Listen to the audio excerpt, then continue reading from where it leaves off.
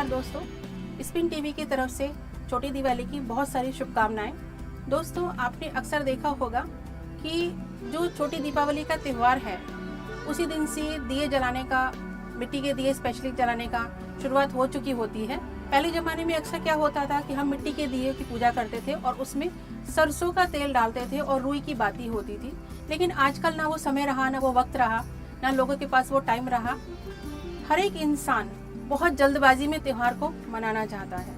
लेकिन क्या कभी आपने सोचा है कि जिस दिवाली को हम खुशहाली के लिए मनाने जा रहे हैं तो कहीं ना कहीं हम हमारे लिए भी समस्याएं पैदा कर रहे हैं। जब हम दिवाली पे मिट्टी के दिए जलाते हैं तो आप सोच के देखिएगा, मिट्टी के दिए मिट्टी से बनते हैं। तेल, सरसों का तेल अपने आप में उसके बहुत सारे साइंटिफिक रीज़न हैं। रुई की जो बाती है वो भी एक तरह से अर्थ एनर्जी को रिप्रेजेंट करती है। तो जब हम मिट्टी के दिए जलाते हैं तो कहीं ना कहीं हम अपने आसपास अर्थ एनर्जी को क्रिएट करते हैं, एक पॉजिटिव एनर्जी को, एक पॉजिटिव वाइब्स को क्रिएट करते हैं। उससे क्या पूरा माहौल पॉजिटिव हो जाता है। इलेक्ट्रॉनिक दिए में आपने देखा होगा, ना वो ऑरा होता है, ना वो पॉजिटिव एनर्जी होती है, कुछ भी नहीं होता। रोशनी तो होती है लेकिन एक एनर्जी नहीं होती।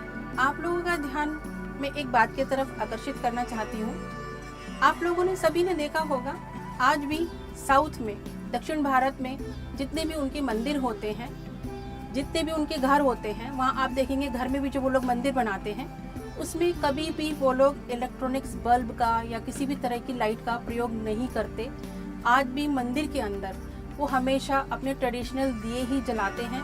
तो आप खुद ही देख सकते हैं कि वहाँ उन मंदिरों की एनर्जी और वहाँ का ऑरा और वहाँ की जो पॉजिटिव वाइब्स होती हैं वो कहीं आपको दूसरी जगह देखने को नहीं मिलेंगी, क्योंकि वो दिए एक पॉजिटिव एनर्जी को, एक अर्थ एनर्जी को क्रिएट करने का काम करते हैं। तो दोस्तों, इस बात का विशेष ध्यान रखें, थोड़ी सी मेहनत करें अपनी ज़िंदगी को खुशहाल बनाने के लिए, अपनी ज़िंदगी के में रंग भरने के लिए, अपनी ज़िंदगी में रोशनी भरने के लिए थोड़ी सी मेहनत की ज़रूरत है। और आजकल आपने देखा होगा कि रंगोली, पहले घर की महिलाएं हाथ से रंगोली बनाती थी, लेकिन धीरे धीरे वो कल्चर भी समाप्त हो गया। घर हाथ से बनाई हुई रंगोली की जगह रेडीमेड रंगोलियाँ मिलने लगी।